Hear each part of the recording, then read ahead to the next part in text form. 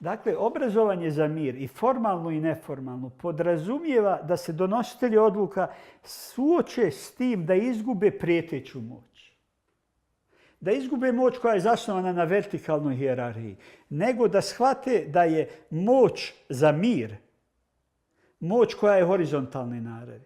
Moć koja zahtijeva umrežavanje formalnog i neformalnog obrazovanja. Umrežavanje raznih aktera, jednu vrstu suosjećanja, jednu vrstu promjene koja zahtijeva od političara, dakle, da instrumentari kojim raspolaže koristi za promjenu nacionalističkih naracija u naracije koje su za sve nas.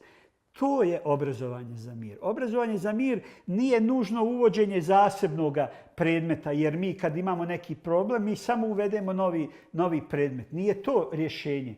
Rješenje je da mi naše obrazovanje i formalno i neformalno obogatimo jednim transmodularnim, transkurikularnim pristupom u kojem ćemo, dakle, kroz različite discipline protežirati mir. Ali na koji način?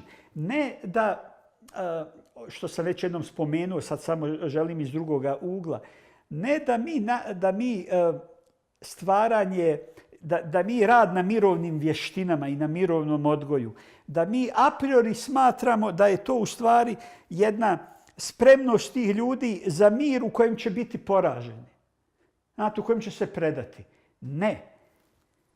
Pedagogija mira u stvari je pokušaj prenošenja vještina mira od edukatora koji su educirani za to na opće građanstvo i na specijalizirane grupe, đake, studente itd.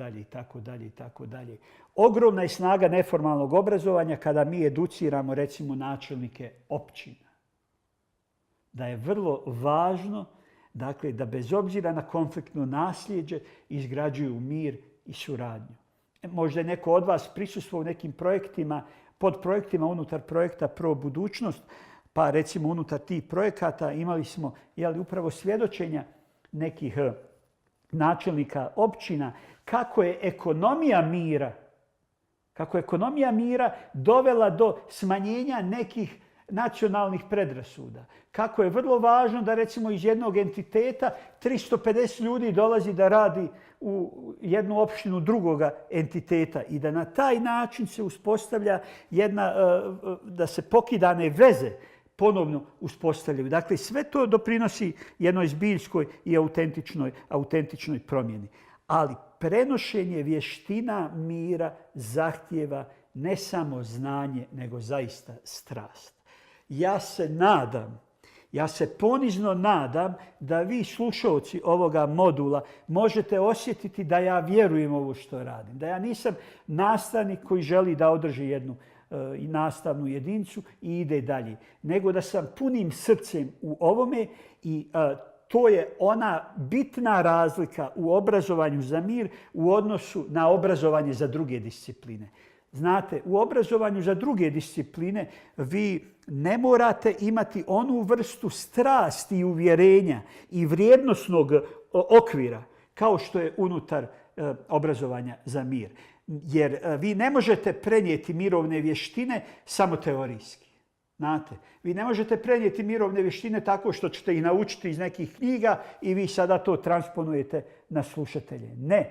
Vi mirovne vještine možete prenijeti ako uz teorijska znanja imate aktivistički angažman, ako zbiljski posredujete, radite, svojim životom svjedočite da želite da izgradite mirno društvo zasnovano na slobodi i pravdi. Obrazovanje za mir to od nas zahtijeva. To je prethodni uvjet. Dakle, prethodni uvjet u obrazovanju za mir je upravo jedna vrijednosna dimenzija, jedan moralni imperativ da to što radimo, da radimo na Kantovom principu, dakle, radi tako da princip tvoga djelovanja može biti opće dobro. Znači, obrazovanje za mir je obrazovanje za opće dobro. A ako nije za opće dobro, onda nije za obrazovanje za mir. Ovaj dio predavanja ću završiti sa tim, rekao bih, važnim stavom da unutar obrazovanja za mir prenošenje vještina mira, razvoj samostalnih strategija za pojedince, za društvene grupe i tako dalje, prati onu Gandijevu maksimu da ne postoji put ka miru, već da je sami mir put. Šta to znači? Ovo što mi sada radimo, ovo obrazovanje za mir je znak da smo mi stali na stazu mira. Da nama ne treba put za izgradnju mira, nego smo mi taj put. Jel me razumijete? Dakle, to je obrazovanje za mir.